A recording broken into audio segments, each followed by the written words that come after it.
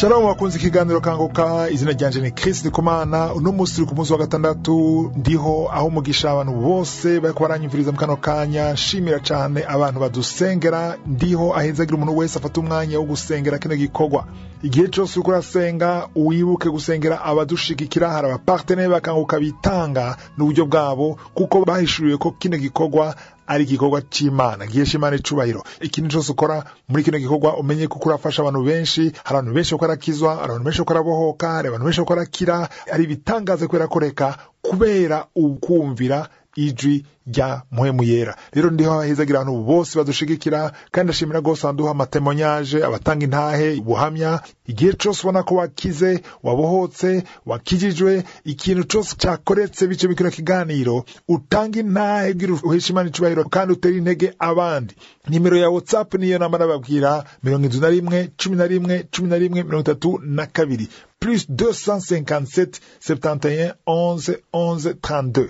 Narabwiye kuno munsi itariki 3 z'ukwezi kwa gatanu ari umunsi dasanzwe wo gusengera abadamu batarashobora gusama. Twama tubigira rimwe na rimwe, kandi igihe cyose tubigize tumva intahe zidasanzwe abantu basamye bari bamaze imyaka byaranse. Rero hari ubushobozi budasanzwe, hari amavuta adasanzwe aza kuboneka uno munsi. Ninayabwiye ku munsi wa gatandatu uheze. Rero mwitege, kuko vyose bivana n'ingene wizera. Ntibisigura yuko abadamu batarasama rero bagenderwa gusa uno munsi. N'izindi ngwara wizera, nubwo udafite ikibazo cyo kusama, ariko ikibazo cawe wizera uraza kugenderwa. Uno munsi n'umunsi udasanzwe, ariko nagenda basabe mwumvirize intahe tubateguriye. Ni intahe mumaze kumva, nta nimwe nshasha irimwo, nizimaze kumva, ariko twatoye intahe zidasanzwe kugira wizere. Abadamu bose basamye mu buryo budasanzwe, bigaragaza yuko ubushobozi bwatumye basama nibwo bushobora gutuma nawe ubohoka uno munsi, nimba uvyizera. Ubanza uzumvirize zose, cyo dusenga inyuma izo ntahe.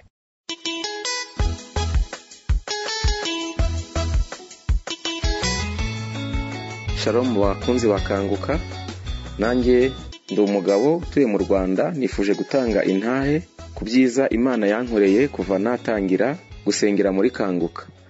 Ndi umugabo wubatse umaze imyaka 20 ntarabona urubyaro, ariko mu myaka 2 ishize 2019 umukozi dukorana mu kazi nagiriwe ubuntu aza kumpa kanguka anshishikariza kuyijyamo.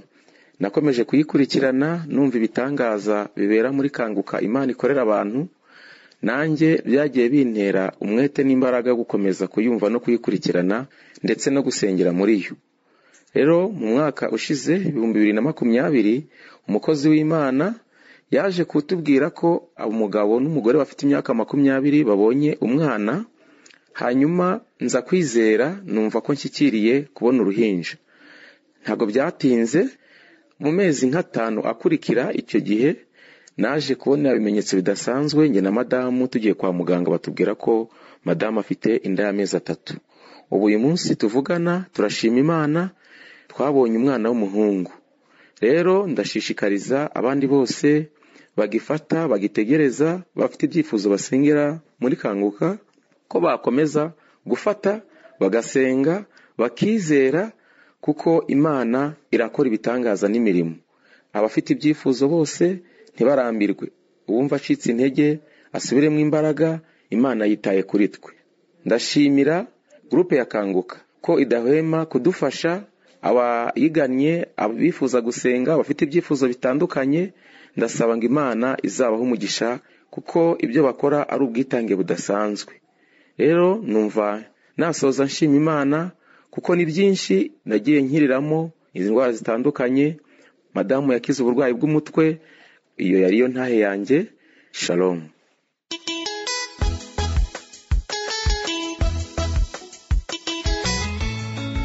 Abaramukije mu giti cya Yesu. Jewe ndi mu Burundi kazi.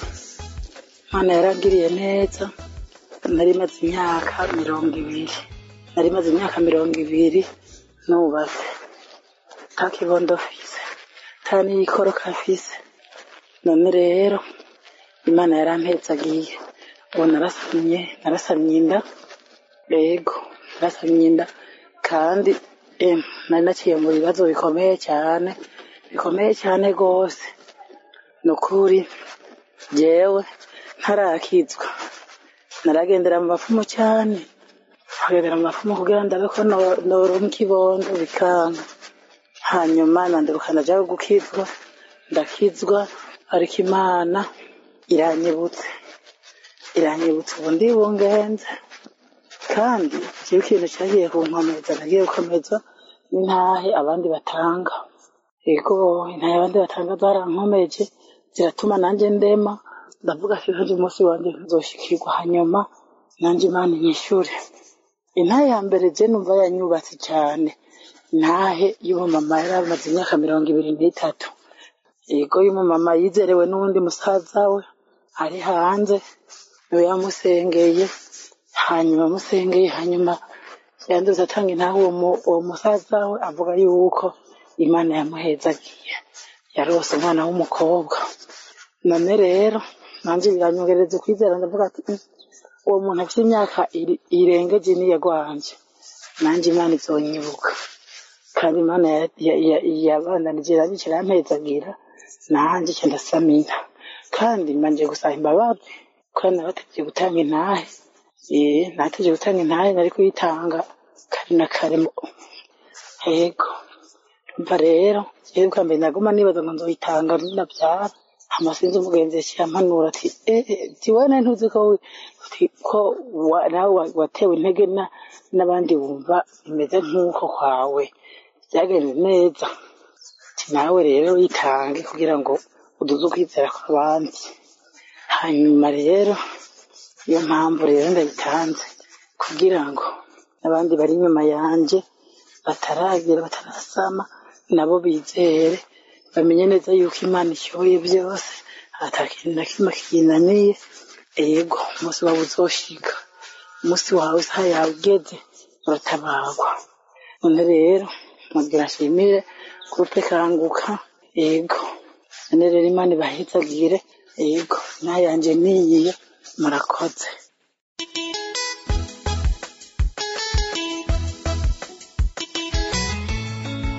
Shalom bene data ndashima Imana yo mu ijuru yatugiriye neza muri uno mwaka ikaturinda Imana yo mu ijuru ishimwe ndashaka gutanga ubuhamya ho gatoya ndashima Imana yo mu ijuru yaduhaye umwana igihe kirekire imyaka 27 nta mwana dufite ariko Imana data yaduhaye umwana yaradusubije Imana yumvise gusenga kwacu Imana iradusubiza Imana ishimwe abantu badatanga intahe nako barasubijwe rwose muzamugerageza mutanga intahe kuko ziraremesha intahe y'umudamu wasamye afite imyaka myinshi sinibuka nimbere imyaka 24 rero nkabashimiye Imana cyane intahe yarandemesheje uwo mudamu yasamye atagira uturingoti Imana yo mu ijuru yaramfashije ndamutegera Imana irandemesha mfata muri kanguka narafashe nshizeho umutima ndavuga ngo Mana ufite kurema abandi bana nubwo abana baba barashize kandi narenga ifite imyaka yo kubyara ariko nubwo bimeze gutya ndemera abana ngafata Imana rero yaranyishuye Imana rero yampaye umwana w'umuhungu mwiza cyane tuganira n'isaha arimo arandeba turimo turaganira nawe Imana yo mu ijuru yarakoze rero ndabashimiye mwese ndashimira Kristo rwose wita ku bantu atabazi akabasengera atabazi Imana yo mu ijuru ikwishura ndashimira umudamu we n'abana be ndashimira abantu bose bafatikanyije Imana yo mu ijuru izabamugisha hari abantu birirwa bababaye ariko kubera amasengesho y'abera bakabyuka rero nari maze imyaka 27 ntagira ubuzima nari umurwayi kubera ikibazo cy'urubyaro ariko ndashimira Imana yo mu ijuru yandendeye muri ibyo bibazo byose kugira ngo ngere ku mwana wanje w'umuhungu nibonere n'amaso numvaga mfite isezerano bampaga amasezerano bakansengera kumva ari bisanzwe ariko narapfukamye jenyine mfata muri kanguka jenyine ndafata rero uwo nguwo ndakikiye umwana wanje w'umuhungu ndashima Imana rero yabikoze ndashimira groupe ya Kanguka yose. Imana yo mwijuru bamugisha. Shalom.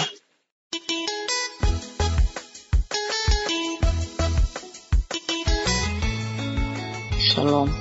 Je suis une sœur vivant au Congo, au Brazzaville.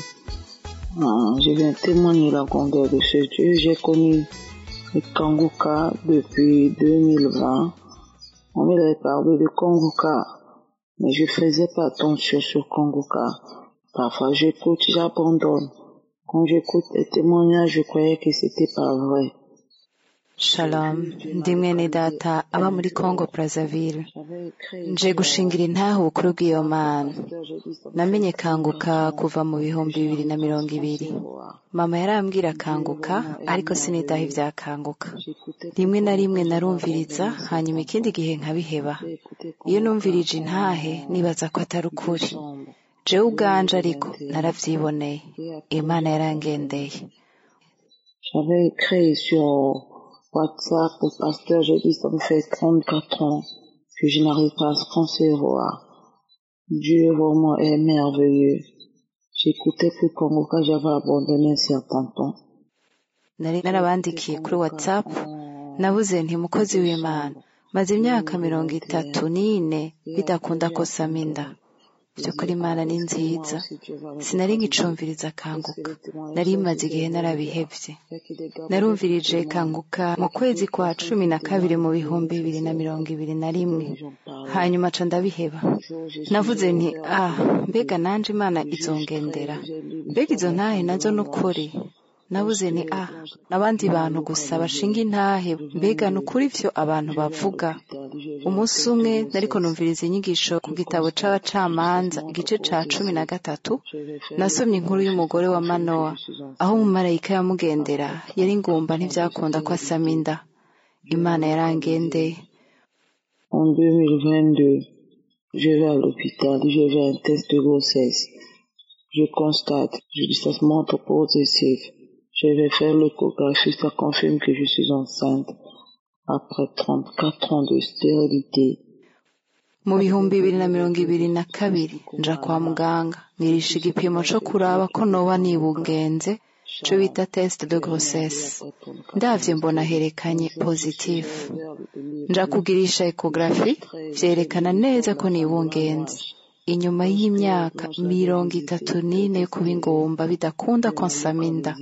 Nje guhezagira Imana ya Kristo kuvyo yakoze vyose hamwe na ekipi yose ya Kanguka. Imana ni nziza. Inyuma y'imyaka 34 yo kuba ingomba bidakunda ko saminda, gushika ubu birandengeye gutahura kwanje. Amen, amen, amen. Shalom. Dieu est merveilleux après 34 ans de stérilité. Jusqu'alors, ça me dépasse même mon entendement. Amen, amen, amen. Shalom.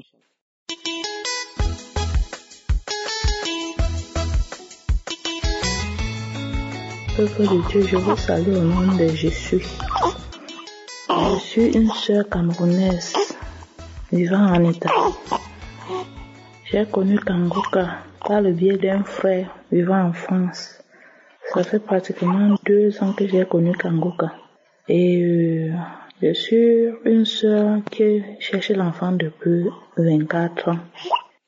Bwoko bw'Imana ndabaramukije mu izina rya Ndiho. Ndi mwene data w'umukameruneze aba mu Butaliyani. Namenye Kanguka biciye kuri mwene data umwe aba mu Bufaransa. Haheze imyaka 2 menye Kanguka. Nkaba ndi mwene data yarondera umwana araciye imyaka 24. Hari benshi batandukanye bantutse barantwenga. Abandi barambaza ibibazo bati amasengesho yawe ntaca amaze. Imana yawe iri he? Kubera ko Imana yawe itaguha umwana. Ariko igihe namenya Kanguka namafata akunda mu masengesho. Hama umunsi umwe mu masengesho nyene y'itariki 7 z'Ukwicumi, umukozi w'Imana yaravuze ati hariho umugore arondera umwana, ntarigeragira n'inda n'imwe ikoroka. Ashize ikiganza kunda, niyo yasama umwana azobaho. Naciye mvuga nti ndavyakiriye. Mu nyuma mu mpera z'ukwezi kw'Icumi basanze mfise coronavirus. igihe basanga afise coronavirus niho nyene baca basanga nibungenze. Narahamagaye umuganga wanje kugira ndamubwire ko nibungenze, acambwira ko nimba nibungenze mbwirizwa kuguma mu nzu muri confinement kandi ko ata muti n'umwe nkwiriye gufata. Ca ndahamagara umuganga w'umuginecologue yankurikirana ndamubwira ko nibungenze, acambwira ko atari vyo, ko ntibungenze. Elle me dit c'est pas vrai, je ne suis pas enceinte. Je vous rappelle qu'on a eu à m'opérer 2 fois. Et en m'opérant 2 fois, ils ont eu à enlever mes trompes. Ils ont enlevé mes 2 côtés de trompe. Quand ils ont enlevé mes 2 côtés de trompe, ils ne m'ont pas dit. C'est quand je me lamentais, je suis allée dans une clinique privée pour me faire consulter, qu'on a découvert que on avait enlevé mes 2 trompes. Arambwira ko bidashoboka ko nibungenze. Ndabibutse ko bari barigeze kumbaga inshuro zibiri. Rero mu kumbaga inshuro zibiri zose barankuyemo uturingoti twanje dutwara imbuto ari two bita trompe.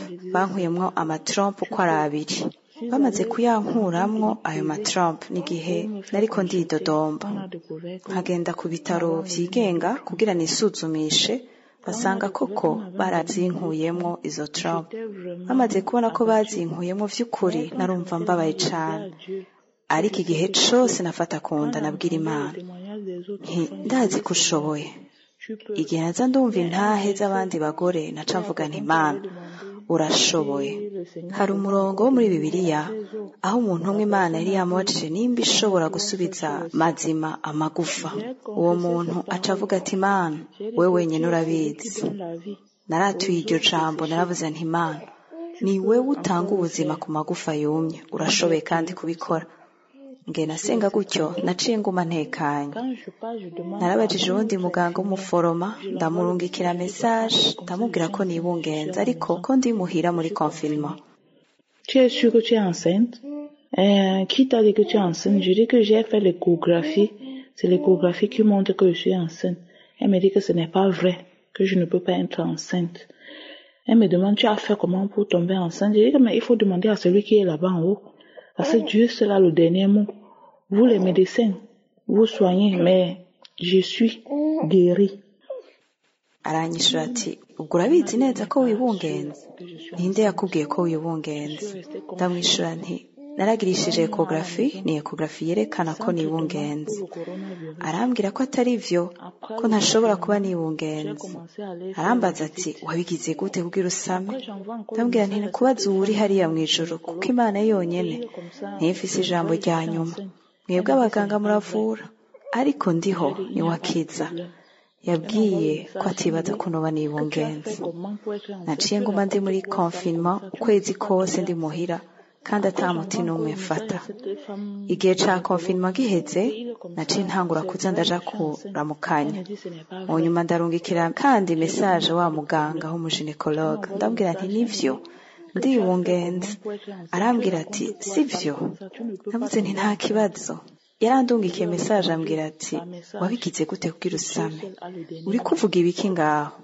Ushobora gusama. Namwishuye kuri message ko Imana yonyene ari ifise ijambo rya nyuma. Uyu munsi ndababwira inyuma y'imyaka 24 ntasama inda, Imana yarangendeye. Uno munsi umwana wanje w'umukobwa amaze ukwezi n'iminsi 3 ndahaye icubahiro Imana. Ndashimiye Imana ko narampinduye amateka yanje, kuko Uhoraho yahinduye amarira yanje mu bitwenge, ikintu ntari nkiciyumvira na gato. Iyo numva intahe z'abagore bamaze imyaka 9, 10. Je disais, moi je suis à 24 ans. Pour moi, je n'ai pas encore vu quelqu'un à 24 ans. Après, j'ai entendu le témoignage d'une autre qui avait 20 ans. J'ai dit, ça arrive déjà. J'ai entendu celui de 22 ans. J'ai dit, ok, ça veut donc que celle qui a 24 ans sera moi. Naca mvuga nti jewe ngeze ku myaka 24, jewe sinurumva umaze imyaka 24. Mu nyuma narumvise intahe y'uwundi yari amaze imyaka 20. Navuze nti biriko biraza. Narumvise n'umaze imyaka 22. Ndavuga nti okay, nukuvuga ko uwamaze imyaka 24 azoba ari jewe. Uno munsi ndabashimiye bwoko bw'Imana kandi ndashimiye na ekipe ya Kanguka, ndashimiye uwo mukozi w'Imana Imana yashize hejuru. By'ukuri ndashimiye kandi umuryango wiwe, kuko iyo aba adafise umufasha mwiza ntiyobandanya akomeye mu kwizera. Ni kubera umufasha wiwe nawe nyene asenga kandi amushigikira mu masengesho, ko ariho Imana imucako kugira ikora ibitangaza yamikora misi yose. Ndaje kandi nshimira ekipe y'aba intercesseur, abasenzi bo muri Kanguka. Ndashimira kandi na ekipe tekinike mu buhinga bw'ivyuma. Ndashimira kandi n'abapartenaire ba Kanguka. Ndabatera intege bene data, mwebwe mufise ingwara, mwihebuye. Umwami Imana ni muzima, yarabikoze kandi azobandanya akora. Nta na kimwe kidashobokera Imana. Ntihagire n'umwe yihebura. Nimba hari uwari yihebuye, naraba ingene nari meze. Naramara umwanya wanje wose nsoma inkuru ya Hana, ingene imisi yose umukeba wiwe yamutuka. Namara umwanya wanje nanje ndayisoma. Et je disais à Dieu, si tu as fait à Anne après tous les insultes que Pénina, sa épouse, lui faisait, tu le feras aussi pour moi. Quand les gens m'insultaient, si je veux prier, ils disent, pas là-bas avec ton Dieu là. Te voilà, tu cherches l'enfant depuis, pourquoi il ne te donne pas l'enfant? Je partais me cacher, je priais, je pleurais. Hama nabwira Imana nti nimba warabikoreye Hana n'ibitutsi vyose Penina umukeba wiwe yamubwira, uzobinkorera nanje. Igihe cose abantu bantuka nshaka gusenga bakavuga bati, mbega wowe n'Imana yawe heraba umaze igihe urondera umwana, kubera iki itaguha umwana? Naca nja kwinyegeza ngasenga nkarira ku buryo ntari ngishobora gusengera imbere y'umuntu. Ngiye naba ndi kumwe n'umuntu kugira nsenge, nategerezwa gusengera mu mutima, canke nkagenda kwinyegeza ntinya ibitutsi vy'abantu. Ariko ubu ngenda nemye ntaraba hasi, kuko Imana yarankuyeho agasuzuguro. Imana yarampinduye amateka. Nari umugore yahebwe, nari ryabuye ryatawe, ariko uyu munsi uhoraho yagize ibuye rigumye imfuruka. Ndashimiye Imana ku mukobwa wanje, ndashimiye Imana ku bw'abashinga intahe bose, kuko ni kubw'izo ntahe nyene dukomezwa mu kwizera. Imana ihezagirwe imyaka yose mu izina rya Yesu, amen. Que le Seigneur soit béni d'âge en âge au nom de Jésus, amen.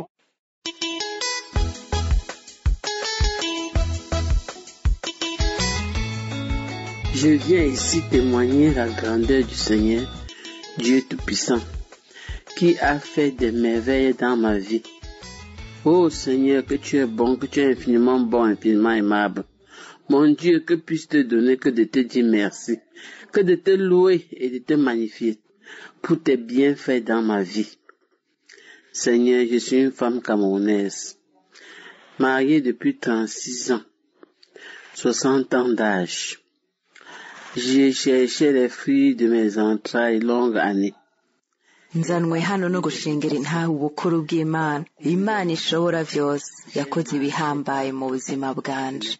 Yo Mana, ukuntu uri mwiza, ukuntu uri mwiza ibihe vyose, ukuntu uri umunyarukundo ibihe vyose. Mana yanje, nigiki noguha atari kuvuga nti warakoze, atari kuguhimbaza no kugushira hejuru kuvyiza vyose wakoze mu buzima bwanje. Ndi umukenyezi w'umunyakameruni yubatse haraciye imyaka 36 hamwe n'imyaka 60 y'amavuko. Nararondera uruvyaro imyaka myinshi, nagiye ku baganga benshi, ngenda ku bapfumu, naragiye ahantu hose, ariko nta nyishu naronse. Un jour, j'ai une amie qui était en France, mon cousin. Elle m'a dit, ma sœur, il faut prier dans Kanguka. J'ai dit, Kanguka, c'est quoi? Il y a un lien dans le téléphone. Elle m'a donné l'application.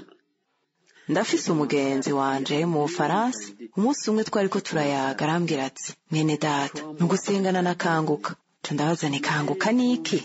Turambarira ko noyironka muri telefone. Yaciye anshiramwo application ya Kanguka.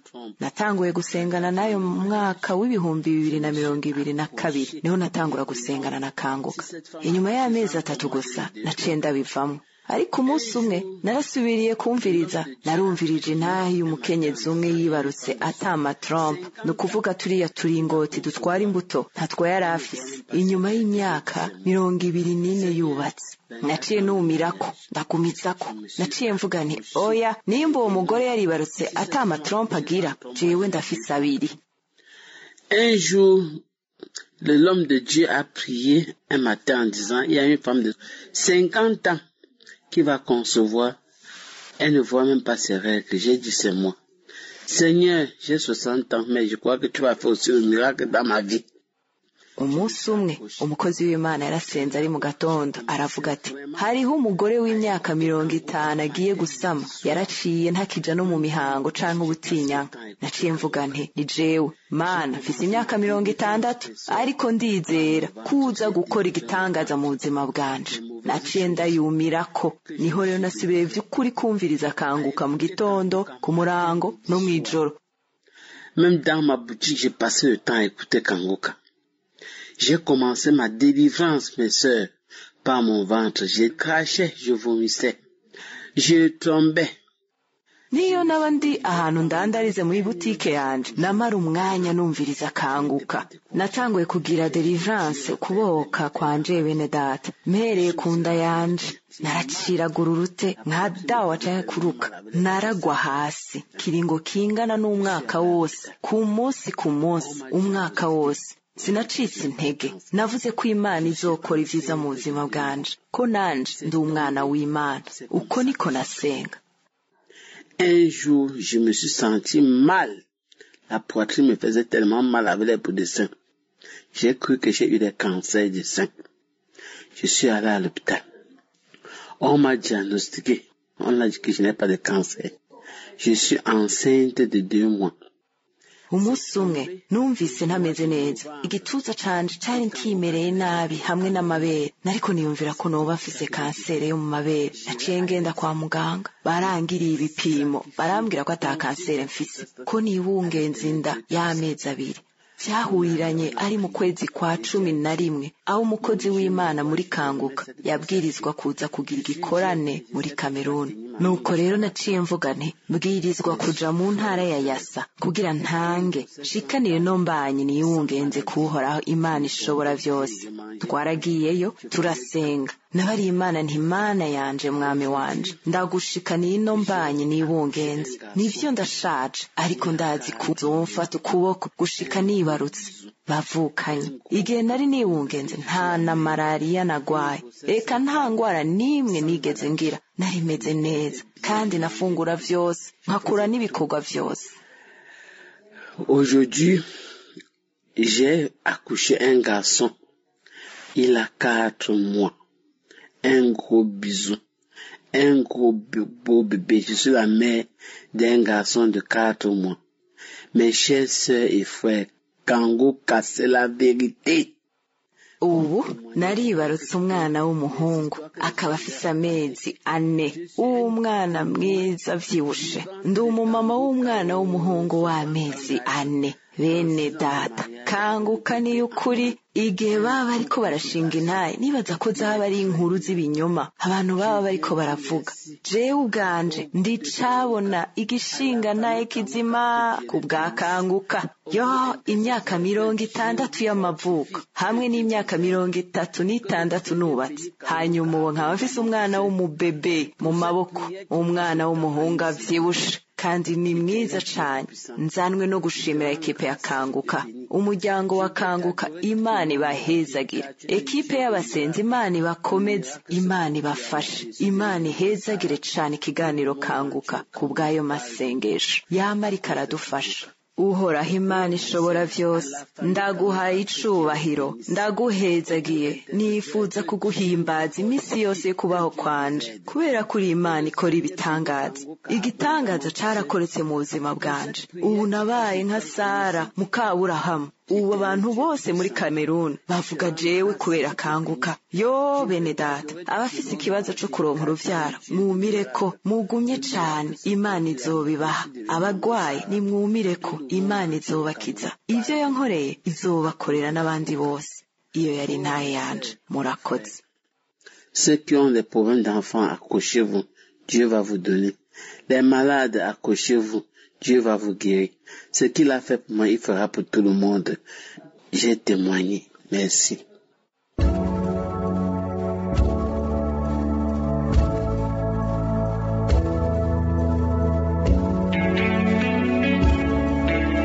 ubu tugeze mu mwanya w'amasengesho nk'uko mubizi uno musi udasanzwe wo gusengera abadamu batarashobora gusama ariko ntibisigura yuko ari bo bonyene baza kugenderwa. Yuko turasenga mpwemu w'Imana niwe agendera abantu uko ashaka. Ushobora kuba udafite ikibazo cyo gusama ariko ufite indwara kandi naho nyene wizeye uragenderwa. Rero byose bivana n'ingene wizera, ariko hanini ya mwihariko turahagarara cyane gose ku badamu batarasama kuko hari benshi bagiye kubohoka. Hari abaza kuva manifestation ngo ndabivuga, hari n'abaza kutayumva. Nashaka rero ntanga umuco nurindire yuko mvuga imyaka umaze utarasama. Hari imyaka nza kuvuga ariko nubwo ntavuga imyaka yawe umaze utarasama ntibisigura ko utagendewe.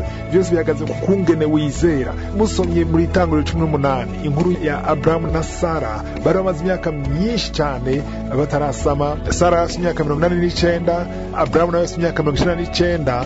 Umumarayika arabagendera, Imana irababwira yuko Sara agiye gusama. Baratangaye, Sara ntiyanashaka kubyemera, ariko kubera Sara ariko arakekeranya yumva ko bitoshoboka. Umurongo wa 14 umumarayika aramubwira ati none hari ikintu gitangaje imbere y'Uhoraho. Yatiri rien qui soit étonnant de la part de l'Éternel.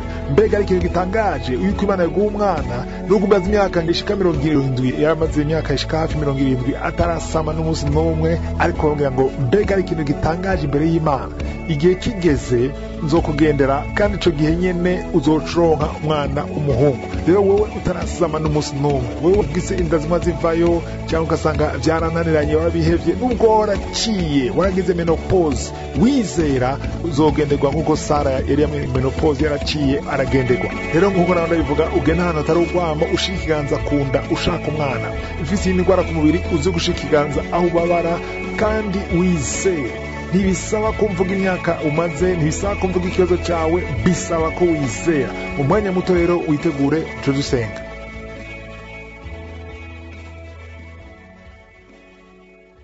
Uhoraho data uri mu ijuru, Mana ushoboye byose, Rafa Mana ikiza, turagushima ku bushobozi bwawe, turagushima kuri Adonai, turagushima kuri Elohim, turagushima ku mbabazi zawe. Urakoze kunaye twumvise, urakoze ko ari utegeka bikaba, urakoze ko atakina kimwe kidashoboka imbere yawe.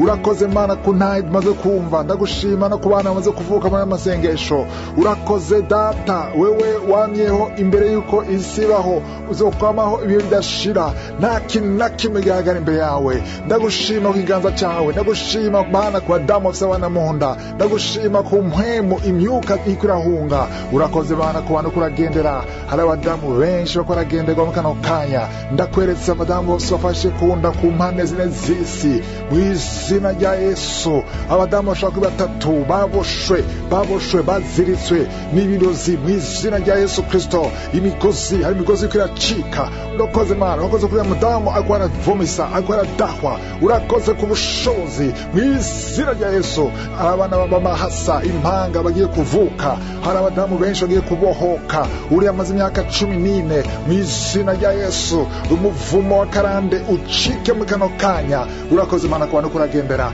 hari abakora manifestation ariko rero benshi batari kumva ikintu kimwe, nubwo utumva ikintu na kimwe ugumeze kunda.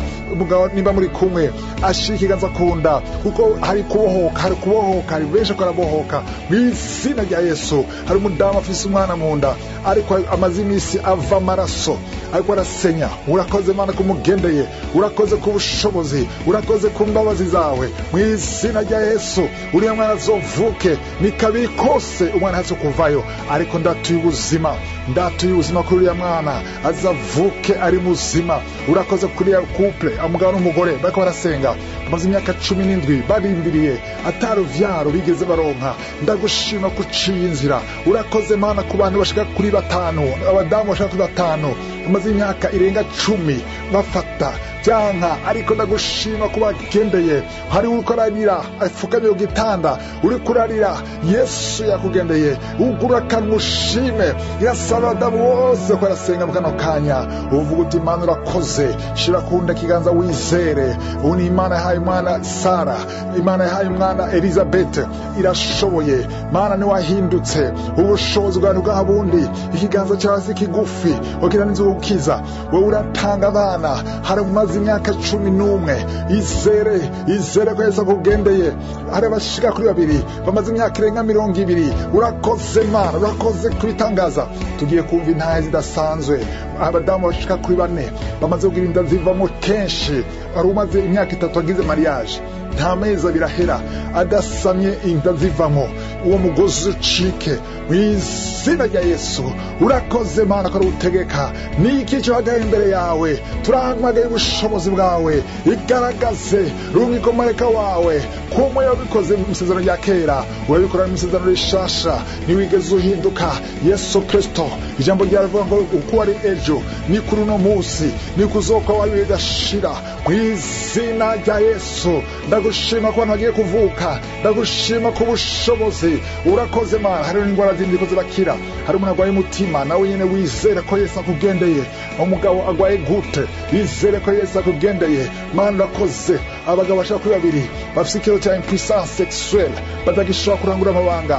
Mu izina rya Yesu ivyo Satani yugaye yuguruke muri kano kanya. Uriya mugabo afite imbuto zidakwiye, nawe nyene mugendere mu buryo budasanzwe. Ariko n'umugore wiwe izere ubushobozi, natuye ubushobozi. Haleluya. Hari amazi imyaka ishika kuri 12 mwigeze gufata biranka, ariko no munsi ni mwizere.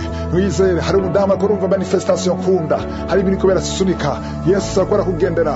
Urakoze Mana. Riya mpwemo ya force couche ihunge muri kano kanya, abukire kubohoka. Data urakoze no kuri umuntu agwaye diabete. Ndagushima ko nyine mukijije.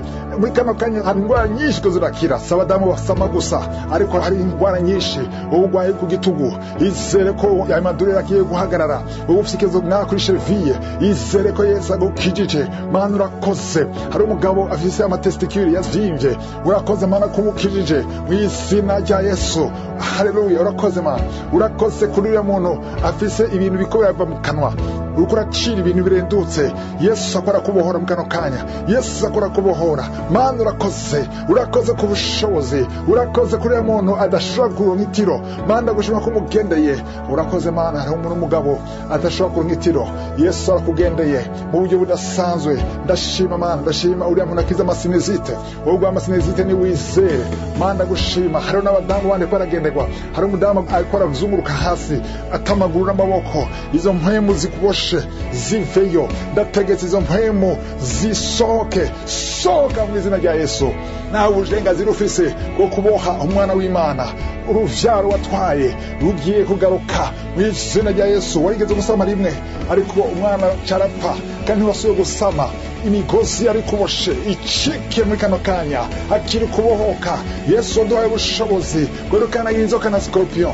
Mu izina rya Yesu nta kintu na kimwe kizotunesha. Tuje imbere yawe twizera. Uvuga rimwe bikaba, urategeka rimwe bikaba. Mu izina rya Yesu iya migrene ihunge, akiri gukira migrene mu izina rya Yesu. Hari ingwara nyinshi ziko zirakira. Sabadamu basaba gusa, ariko hari ubushobozi, hari kugenderwa. Urakoze Mana kuri ya muntu afise ikivyimba kwizosi. Ico kivyimba kihave mu kano kanya. Umuntu wese ko turasenga nashime. Abadamu bose ko arasenga mwishime. Wowe umaze imyaka 5, izere ko Yesu akuhoye. Iyo mivumo ihunge mu kano kanya. Twese mwe dushime. Shima ubushobozi bw'Imana. Shima Imana itegeka bikaba. Turagushima ku bana bagiye kuvuka. Abo bana bagiye kuvuka ndabahezagiye. Turabagushimiye Mana. Urakoze kuri abagabo uhoye, abadamu bohoye. Urakoze ku ngwara zose ukijije. Urakoze kuvuga rimwe gusa, urategeka bikaba. Icubahiro no kuganza vyose bivyawe uni bidashira. Ni mwizina rihambaye rya Yesu dusenze twizera. Amen.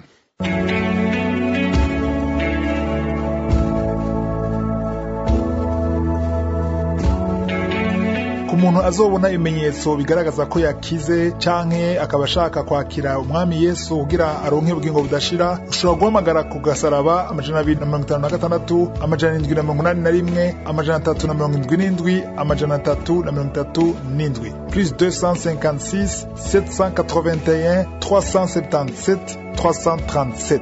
Kuba muri Canada canke muri Amerika mushobora guhamagara ku 613 462 613 462 93 462 93 52.